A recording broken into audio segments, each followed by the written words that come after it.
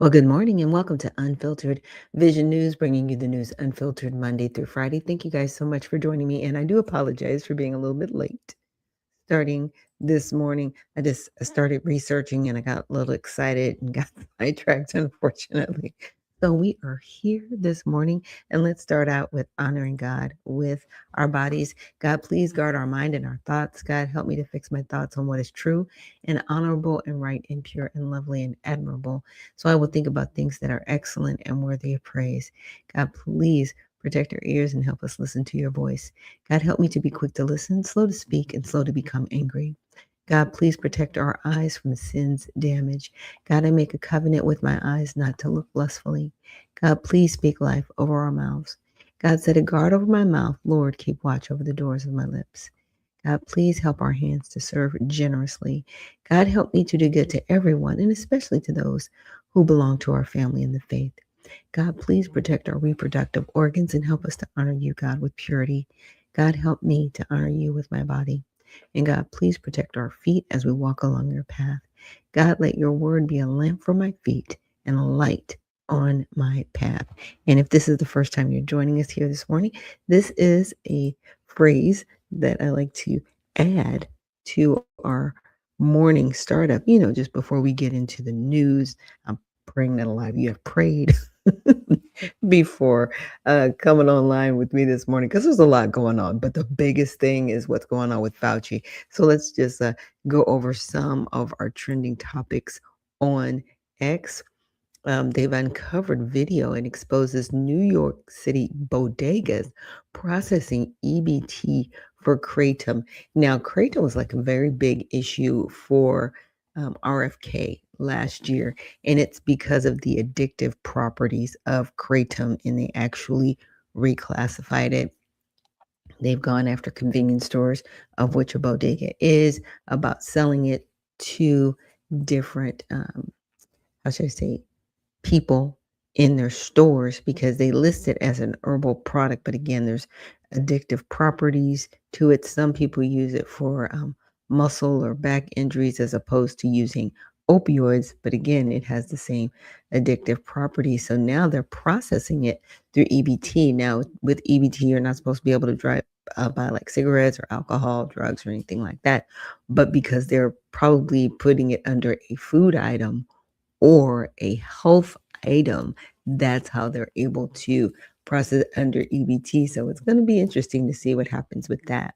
And then a 2021 video shows DC resident challenging Fauci on vaccines. If you guys remember that, when they were doing the walk arounds of DC, like, you should get vaccinated. And I remember the gentleman going, nope. Y'all been testing on everybody for years. I'm not going. I'm paraphrasing what he said, but that was kind of the gist of it. And then the NYC publishes a list of potential second home tax targets. It's really sad how people can, you can make it out the dirt here in the United States, right? You can. Hard work, ingenuity, knowing what next steps it takes. It doesn't happen to everybody, but there are a few people who figured it out. But now you're going to be punished for trying to create generational wealth for your family. And that's just, it's gross, it's disgusting, and I'm really hoping we get past it. We will see, right? Now, with that, let's get into something I didn't get into yesterday. And there are fines that the administration have imposed on people here illegally. I don't think they'll ever see this money, but I think it's more so the principle of the matter. Has made immigrating to the United States illegally a hugely expensive undertaking for those who try it. The department announcing Thursday that it has imposed more than $84 billion in fines on illegal immigrants who refuse to leave. The number comes from over 100,000 civil fines that DHS has imposed on illegal immigrants since the Trump administration began. The Biden administration paused issuing fines on illegal immigrants until the second Trump administration restarted them in June 2025. Homeland Security offers an option for illegal immigrants to avoid having to pay fines. It says those who choose to self-deport using the CPB Home app can nullify all fines, plus receive a free flight home and $2,600. The department says the consequences for refusing are fines of $998 a day for staying past a final order of removal, possible imprisonment, and deportation while never being allowed to return. Last year, Homeland Security and the Justice Department made it easier for authorities to deport illegal immigrants. They streamlined the process by dropping a 30-day notification period for those subject to fines. They have also allowed the fines to be sent by regular mail and shortened the process when illegal immigrants dispute their fines. There is at least one lawsuit opposing the fines. The Legal Aid Justice Center filed a lawsuit on behalf of a mother who entered the U.S. illegally with her child in 2016. She owes over $1.8 million in fines. Senator Rick Scott introduced a bill last month that would double the fine on illegal immigrants. Penalties would also apply to those knowingly employing illegal immigrants. What always fascinates me with some of these individuals? Oh, you so well dressed.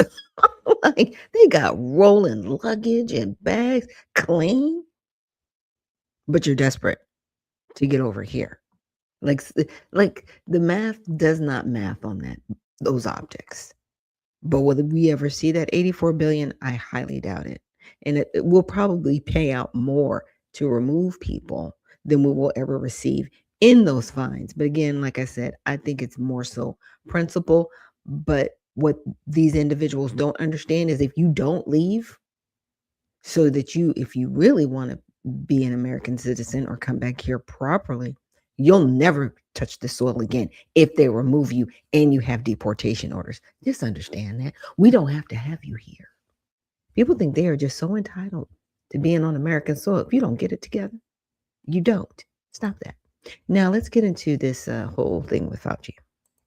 Fauci in the hot seat. Major fireworks on Capitol Hill as Republicans pummeled the former head of the National Institutes of Health with questions about the COVID pandemic. But on the advice of his lawyers, he pled the fifth repeatedly.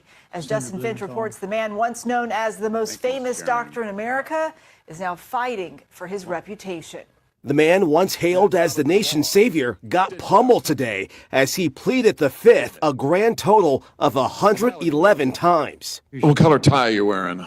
On the advice of counsel, I respectfully decline to answer based upon my rights under the Fifth Amendment to the Constitution. What color's the carpet in front of you? On the advice of counsel, on the advice of counsel, on the advice of counsel. When his attorney attempted to speak up for him, Security, please remove him from the room. he was expelled from the hearing. Thank you to you for your service to this nation. Democrats came to Fauci's defense. And it is unfortunate that you have been put in the position that you are in today. But the hearing was dominated by Republicans who hold the now 85-year-old Fauci responsible for mistakes made during the COVID pandemic. You got rich while people were dying. Who the do you think you were for doing that? What a difference 6 years makes. Thank you very much, Mr. President. In March 2020, as the nation faced the historic crisis, Dr. Fauci's soothing confidence made him an instant celebrity. You are seen to many as a superhero, but you are a human being, and you've been working nonstop. He seemed to be on TV all the time, even talk shows. Brad Pitt played him on SNL. I'd like to thank all the older women in America who have sent me supportive, inspiring, and sometimes graphic emails. His just-released diary, which he kept on his government-issue laptop, shows he relished the fame. Press is going wild with me, he wrote. Very flattering. Truly unbelievable. People naming their dogs after me. But as the death toll rose and Americans suffered under punishing lockdowns and school closures, Fauci's star began to dim. I mean, this guy was wrong about everything. And it's all documented. It is whiplash, right? It's this one figure who is invested with all the trust and hope of America. This is the face of public health. This is the public health response. And now we're seeing the flip side of it in the, extended hangover after the pandemic. On the advice of counsel, I respectfully decline to answer based upon my rights under the Fifth Amendment. Before the questioning began, Dr. Fauci explained that he was pleading the Fifth because he believed Senator Rand Paul and other Republican senators were attempting to entrap him into saying something that could lead to perjury or criminal prosecution. Interesting. Why would you think something would lead to perjury? If you didn't lie before, why would you be in fear of lying ever? I'm just saying. I know there's a whole thing with process crimes because that's what the FBI does. They try to say that you said something once and you said it's slightly different. So it's kind of a process crime. So you're kind of lying, even though you didn't really lie. It's weird. But if you were being honest then, why aren't you being honest now? I'm just saying. It all goes together, right? And good morning to everybody that's joining me in the comment section. So I want to get to this one video that was very telling. And this was when Donald Trump was headed to office. Prize outbreak.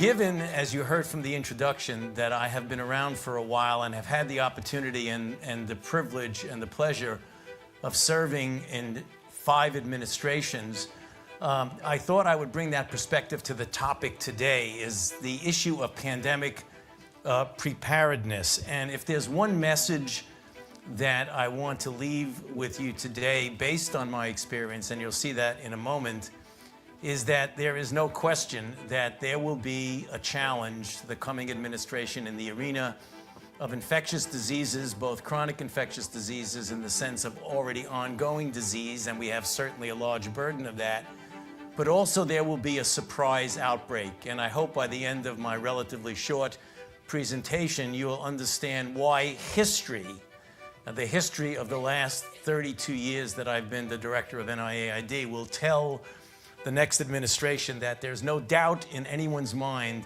that they will be faced with the challenges that their predecessors were faced with. So for those who think that infectious diseases is gone, there's so many people who've made foolhardy statements not knowing at the time that they made them. I usually show a quote from an old Surgeon General or an old pundit in infectious disease. Now, I won't play the whole video, but I will delete the link for you guys. But that was very interesting to me. It's like, you're going to face this. So my question was always, is this a buildup? Is this a setup? Like, what's really going on, right? Here's another blast from the past. Because a lot of what you're seeing as attacks on me, quite frankly, are attacks on science. Because all of the things that I have spoken about consistently from the very beginning have been fundamentally based on science. Sometimes those things were inconvenient truths for people, and there was pushback against me. So if you are trying to, get at me as a public health official and a scientist, you're really attacking not only Dr. Anthony Fauci, you're attacking science. You have to be asleep not to see that. That is what's going on. Science and the truth are being attacked. We hear from a physician in Durham, North Carolina. Good morning. Hi, good morning, Dr. Fauci. Good morning. And, Pedro. You've been at the NIH a pretty long time, and it seems to me that during your tenure, our ability to control infectious diseases hasn't improved, but in fact worsened. And even basic health tips such as you can't use antibiotics to treat viral infections has not been adequately communicated to the public. But don't you think it's time that you step down and let someone else who has a more effective message? Actually, no. The emails paint a disturbing picture of Dr. Fauci from the very beginning worrying that he had been funding gain-of-function research. And he knows it to this day, but hasn't admitted. We have to get Democrat counterparts that will actually use the committee hearings to investigate this. There's a lot of evidence that he has a great deal of conflict of interest, and that if it turns out this virus came from the Wuhan lab, which it looks like it did, that there's a great deal of culpability in that he was a big supporter of the funding, but he also was a big supporter to this day of saying we can trust the Chinese on this. We can trust the Chinese scientists. And I think that's quite naive and really should preclude him from the position that he's in. Okay. Yeah. One more. It is a crime to lie to Congress. Do you wish to retract your statement of May 11th where you claimed that the NIH never funded gain-of-function research in Wuhan? Senator Paul, I have never lied before the Congress, and I do not retract that statement. This paper that you are referring to was judged by qualified staff up and down the chain as not being gain of function. Let me finish. You take an animal virus and you increase its transmissibility to humans, right. You're saying that's not gain of function? Yeah, that is correct. And Senator Paul, you do not know what you are talking about, quite frankly. And I want to say that officially. You do not know what you are talking about. Okay, you get one person. Let's read from the NIH definition of gain of function. This is your definition that you guys wrote. It says that scientific research that increases the transmissibility among mammals is gain of function. They took animal viruses that only occur in animals and they increased their transmissibility to humans. How you can say that is not gain of function? It is not. It's a dance, and you're dancing around this because you're trying to obscure responsibility for 4 million people dying around the world from a pandemic. And let's let Dr. Fauci. I have to, well, now you're getting into something. If the point that you are making is that the grant that was funded as a sub-award from EcoHealth to Wuhan created SARS-CoV-2. That's where you are getting. Let me finish. We don't know. Well, we don't wait know a minute. If it did come from the lab, but all the evidence is pointing that it came from the lab, and there will be responsibility for those who funded the lab, including yourself. I totally This committee will allow the witness to respond. I totally resent the lie that you are now propagating, Senator, because if you look at the viruses that were used in the experiments, that were given in the annual reports, that were published in the literature, it is molecularly impossible. No one's saying those viruses caused it. It no is one is molecularly. Those viruses caused the pandemic. What we're alleging is that gain-of-function research was going on in that lab, and NIH funded it. That is you can't not. Get away from it. It meets your definition, and you are obfuscating the truth. I'm not obfuscating the truth. Senator You are the Paul's one. time is expired, but I will. Yeah, that happened. Okay. That happened. It happened, everyone. So now let's jump to the pardon that Joe Biden gave to Fauci. Let's talk about it. So I said, can you give me the legal standing for the pardon given to Dr. Fauci and why he used the Fifth Amendment in the latest hearing? If he was already pardoned, right? Also, can you find if the NIH that he testified to did not fund gain-of-function research was listed in the pardon? Because when you go through the pardon, the only entity that's not listed for him to be pardoned for is the NIH. The question that Rand Paul answered and what he said was, it's not a matter of the gain of function, it's who funded it. Did they fund it or not? It was crazy. Is it different or wrong? Why would he need to be pardoned? Absolutely. And the bigger question is the date of the pardoning. So let's get into it. So President Biden used a preemptive, full and unconditional federal pardon to Dr. Anthony Fauci, not to the NIH as an entity. Totally separate, right? But he was the director of the NIH. Just saying, on January 19, 2025, under Article 2, Section 2 of the U.S. Constitution. So here's the official pardon: a full and unconditional pardon for any offenses against the United States which he may have committed or taken part in during the period from January 1st, 2014. When did the pandemic happen? Was that like 2020 when he was brought back on? Why did it go all the way back to 2014? Yeah, that's the bigger question. It says through the date of this pardon arising, so from 2014 up until 2025. Pardon, right? Arising from or in any manner related to his service as director of the National Institute of Allergy and Infectious Diseases, which is the NIAID, as a member of the White House Coronavirus Task Force of the White House COVID-19 response team, or as chief medical advisor to the president. There is no mention of NIH at all. And that's the question that Rand Paul was stating. He was like, it's not the matter of the gain of function research. Did you fund it or didn't you? And they did. And they admitted to it. I mean, he said, he goes, well, the research is funded. Yeah, it was.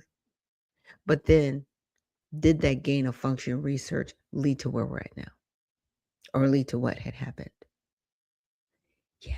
It's very crazy. Very crazy. So Biden's accompanying statement framed it as protection against baseless and politically motivated investigations, right? He's back on the stand. And threats of prosecution. Okay. Explicitly stating it was not an acknowledgement of wrongdoing. Are you sure about that? You sure about that? I've played you the videos. I'm just saying. So the presidential pardon power is broad and long-standing Supreme Court precedent. Treat it as essentially unlimited for federal offenses against the United States. It can be granted for charges during proceedings or after conviction and covers past conduct. Okay, preemptive blanket pardons for specific periods and roles have historical precedent and have generally been treated as valid, though very broad or future conduct pardons raise theoretical questions that have not been definitely tested in this exact form. Yes, it's a lot going on. So why Fauci invoked the Fifth Amendment on the 26th? Fauci appeared under subpoena before Senate Homeland Security and Governmental Affairs Committee. In his opening statement, he said he was invoking the Fifth on advice of counsel because of what he described as Senator Rand Paul's obvious obsession with calling for his prosecution. Repeated slanderous comments and efforts, including release of Fauci's diary. He wrote the book. What are we talking about? That he viewed as aimed at getting him to say something that could lead him ending up behind bars. He repeatedly declined to answer questions. Reports cite more than 100 times, and a standard formulation citing the Fifth.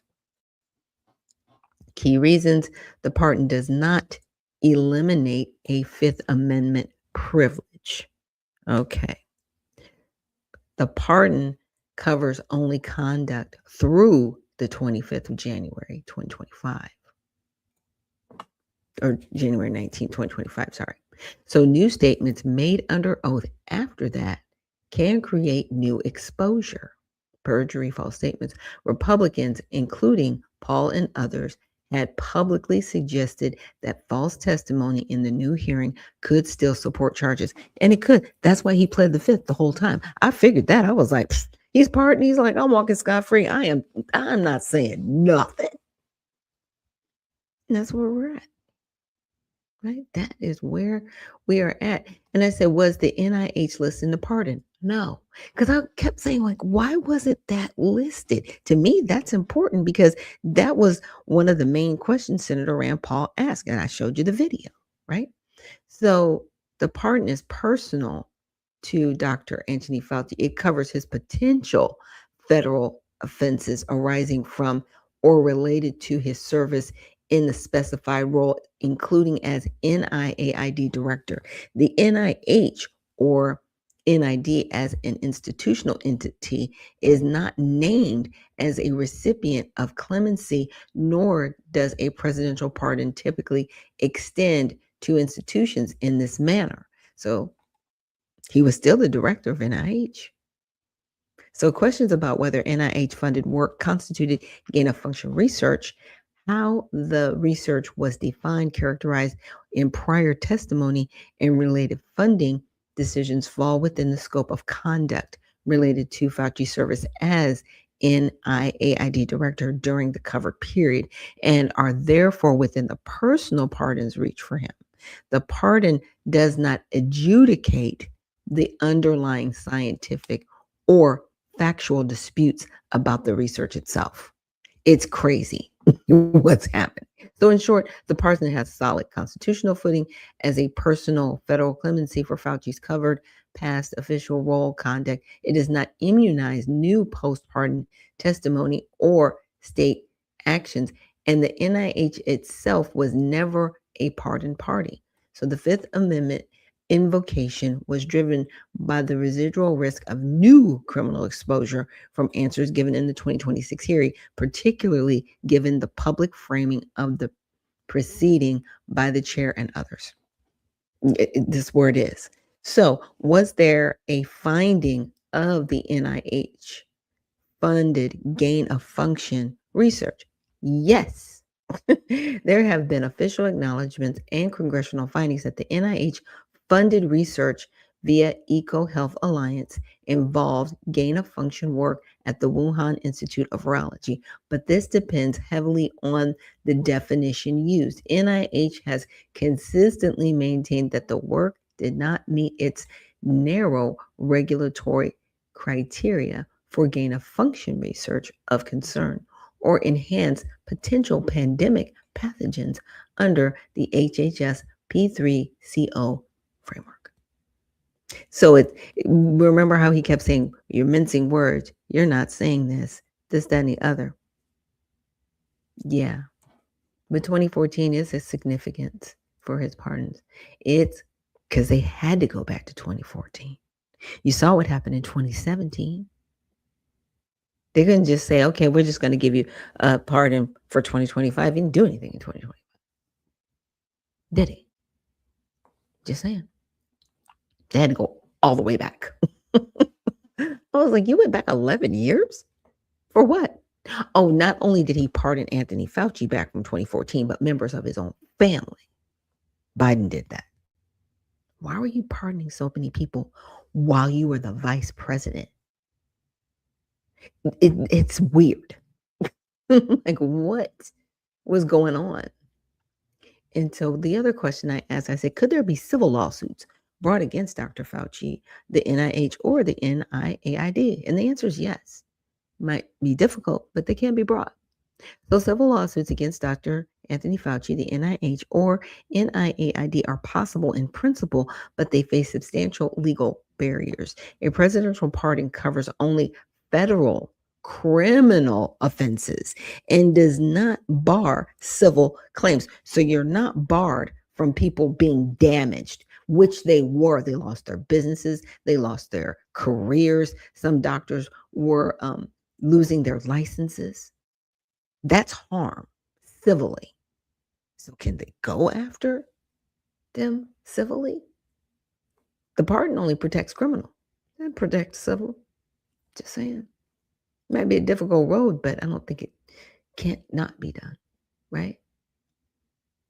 So I will leave this in the link and repost because it is very important to just understand where some of this is going. And just to touch on this briefly, because I wanted to bring it up. So remember that emergency use authorization that was brought up? I had to ask the question, is it still in effect? It is. You guys realize that, right? That whole thing that happened in 2020, it's still in effect. Didn't go anywhere. They're just not using it. It's almost like, okay, I'm going to leave you for a rainy day. Still in effect. So for COVID-19 related products, but they are being phased out with fixed end dates. So in June 29th through 30th, 2026, HHS Secretary Robert F. Kennedy determined that the circumstances no longer justify the COVID-19 emergency use authorization declarations under 564 of the Federal Food, Drug, and Cosmetic Act. He signed terminations for the declarations covering drugs, biological products, and medical devices. So you're no longer going to be protected. Pfizer, Moderna, anybody doing any COVID-19 products, there is no longer any protection. So if somebody gets harmed by your product, you're done. You can be sued. And you can't, no one can be forced anymore to deal with this nonsense. Yeah, I feel a situation coming on, right? Do you really think that they're going to allow us to be free like that? I don't know. I have questions. I'll have my tinfoil hat moment. It's okay. I don't mind the tinfoil hat. We have to ask these questions because I need to know. Now, I'm going to bring up the document really quick. Let me remove it. So make it a clean exchange, just to show you guys the memo that was put out in 2021 regarding the EUA. So here was the memo that hit July 6th. This is what I was talking about when I was talking about the emergency use authorization. And as you see here, the FDA to issue an emergency use authorization for medical product such as a vaccine under certain emergency circumstances. And you can constitute anything as an emergency, right? Because it just says certain. It's very broad. This authorization permits the product to be introduced into interstate commerce and administered to individuals even when the FDA has not approved the product for more general distribution pursuant to its standard review process. So basically, they could say, it's an emergency. We're putting this out there. You have to take it. No questions asked. That's still in place right now, today. Yeah, not a fan. I'm not a fan. So hopefully we will be getting past that. Now, let's do some happy stuff, y'all. I know. Look, I know it's like just wearing y'all out like, So let's get to some happier things. So some happier things that are going on is my bonus son, the baby. He's the youngest. He was in the Shaquille O'Neal Dunk Man contest. So I'm going to play you guys his interview first and then one of the highlight reels from the dunk that he made. My name is Ashaki Nichols. They call me the Joker. I'm from Atlanta, Georgia. Born and raised, hometown. I feel like my dunking style got to do with a lot of speed, a lot of power. I try to get up as fast as possible so I could, have my time in the air. That's kind of what makes me unique. I feel like my personality, just who I am. You can't beat confidence. Can't beat it, can't teach it. I feel like when I come in and I feel like I'm the greatest person up there, that's how I'm gonna feel. That's how I'm gonna dunk. I've been on a different level, work style wise, just trying to be great every day. It's me up against a lot of pros, a lot of people who got stripes in it already. So I'm trying to be one of the people to stand up.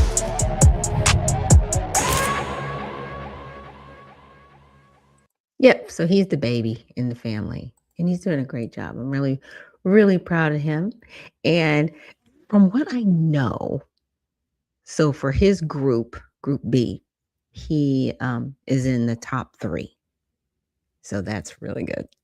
So he'll be advancing, hopefully, with his scores to the final round. And I want to say that show is going to air August 25th on TNT. And thank you for the congratulations, Spud. Now let's just see the highlight reel of this is his second dunk that he did on the show. Who is this throwing the pass? Exactly. Oh! He got an 8.5. Yes, sir. Oh! Dunk of the night. The dude's supposed to be a running back for the Tennessee Titans. Dunk of the night, pass. There's no way he's supposed to be playing basketball. But oh my God. Yo. He's him. Oh my God. Catches it backwards, finishes the spin, throws it down. Hey, that's 2K26 though. 27. Oh my God. Yeah, that's tough. Hey, that's tough. He had power, style, creativity. Oh my God. It's got to be the dunk of the night. It got to be a 10. If they don't give him the 10, we going home. 9.4. A 9.4? 9.4. Hey, he's about to take what you call out. Dwight Draymond catch all of us out of our seat. 9.4. And the score. Yeah, and unfortunately, he got his finger caught on the rim. Because every time I see him, I'm always like, did you hurt yourself again? He's like, yeah, I was playing. I was just like, stop hurting yourself. Stop injuring yourself. But I guess in this case, things happen. But I'm just so proud of him. I'm so happy. And so I wanted to give him a highlight here on our Mighty Men Thursday. So definitely keep him in your prayers that he stays well, right? And that he does well on August 25th. So guys, thank you so much for joining me here on Unfiltered Vision News for this Mighty Men Thursday. Tomorrow will be our Prayer with Friday. So we're definitely going to be praying cover and Thanksgiving going into the weekend. So remember, stay well, stay focused, and stay unfiltered. We'll see you in the next one.